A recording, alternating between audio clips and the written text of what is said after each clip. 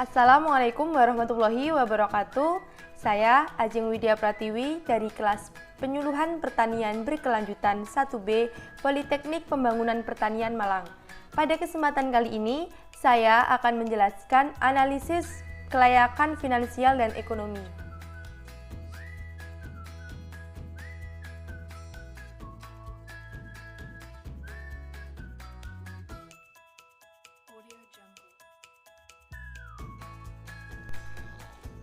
Yang pertama adalah NPV, Net Present Value, salah satu metode analisis investasi untuk menentukan layak atau tidaknya investasi pada suatu proyek, menentukan nilai sekarang atau present value dari penerimaan atau pengeluaran yang terjadi di masa yang akan datang, membandingkan beberapa alternatif investasi dengan menilai konsekuensinya pada saat ini. Berikut adalah rumus dari NPV. Analisis yang mencakup diantaranya 1.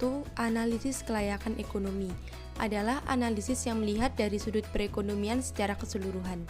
Dalam analisis ekonomi yang diperhatikan ialah hasil total atau produktivitas atau keuntungan yang didapat dari semua sumber yang dipakai dalam proyek untuk masyarakat atau perekonomian sebagai keseluruhan.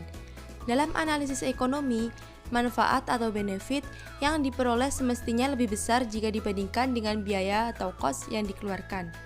Yang kedua adalah analisis kelayakan finansial. Analisis finansial diperhatikan di dalamnya adalah dari segi cash flow, yaitu perbandingan antara hasil penerimaan atau penjualan kotor dengan jumlah biaya-biaya yang dinyatakan dalam nilai sekarang untuk mengetahui kriteria kelayakan atau keuntungan suatu proyek.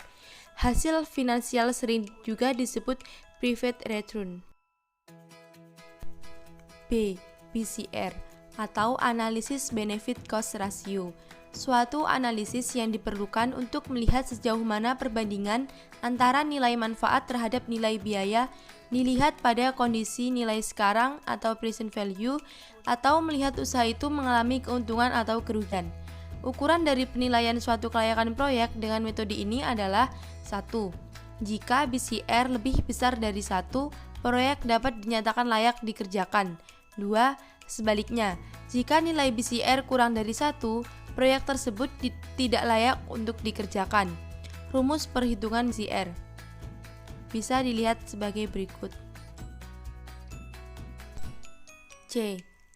Analisis Internal Rate of Return atau IRR merupakan metode untuk menghitung tingkat bunga yang dapat menyamakan antara present value dari semua aliran kas masuk dengan aliran kas keluar dari suatu investasi proyek.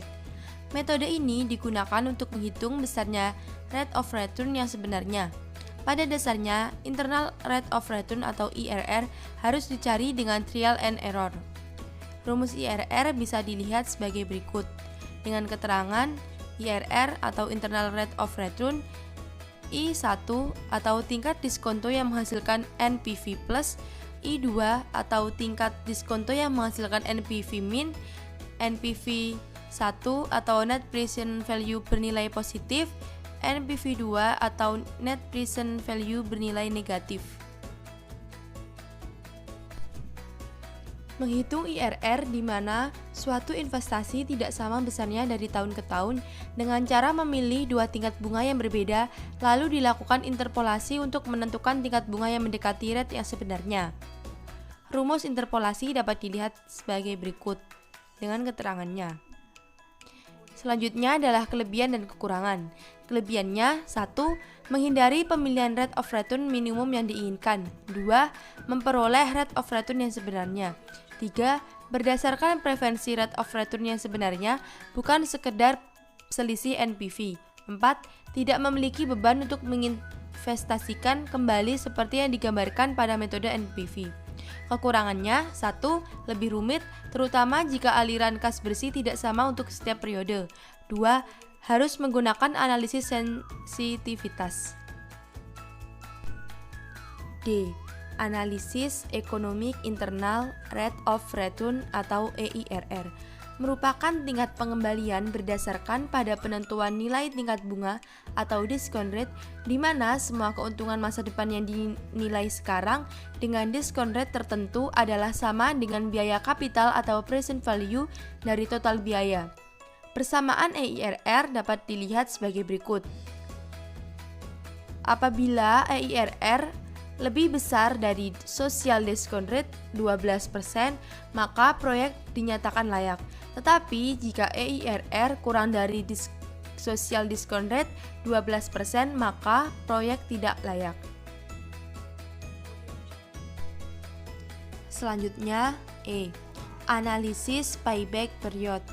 Payback period atau period payback merupakan metode yang digunakan untuk menghitung lama periode yang diperlukan untuk mengembalikan uang yang telah diinvestasikan dari aliran kas masuk atau projects tahunan yang dihasilkan oleh proyek investasi tersebut. Rumusnya dapat dilihat sebagai berikut, yaitu payback period sama dengan investasi kas bersih dibagi aliran kas masuk bersih tahunan. Kelebihan dan kekurangan dari payback period. Kelebihannya, 1. Mudah dihitung, tidak memerlukan data yang banyak. 2. Berdasarkan pada cash basis bukan actual basis. 3. Cukup akurat untuk mengukur nilai investasi yang diperbandingkan untuk beberapa kasus dan bagi pembuat keputusan. 4. Dapat digunakan untuk melihat hasil-hasil yang dapat diperbandingkan dan mengabaikan alternatif-alternatif investasi yang buruk tidak menguntungkan. 5. Menekankan pada alternatif investasi yang memiliki periode pengembalian lebih cepat. Kekurangannya adalah 1.